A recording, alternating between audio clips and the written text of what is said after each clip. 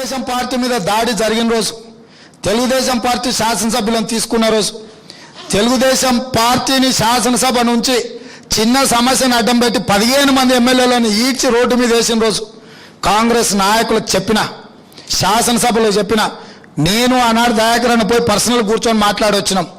అయ్యా, చంద్రశేఖరరావు అనేటోడు ఒక రకమైన నేర స్వభావం ఉన్న, విపరీతమైన మనస్తత్వ ధోరణి ఉన్న వ్యక్తి ఈరోజు మమ్మల్ని చేస్తున్నాడు, రేపు మీకు ఆ రోజు వస్తుంది.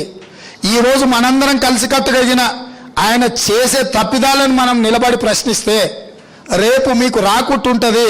చిన్న విషయం ఉంటే ఒక్కరోజు కోసం సస్పెండ్ చేస్తారు, కానీ ఎంటైర్ శాసనసభను సస్పెండ్ చేసిన చరిత్ర లేదు. మీరు అందరు అనుభవజ్ఞులు, 5, 6, 7 సార్లు ఎమ్మెల్యేలు అయిన వాళ్ళు సభలో ఉండరు.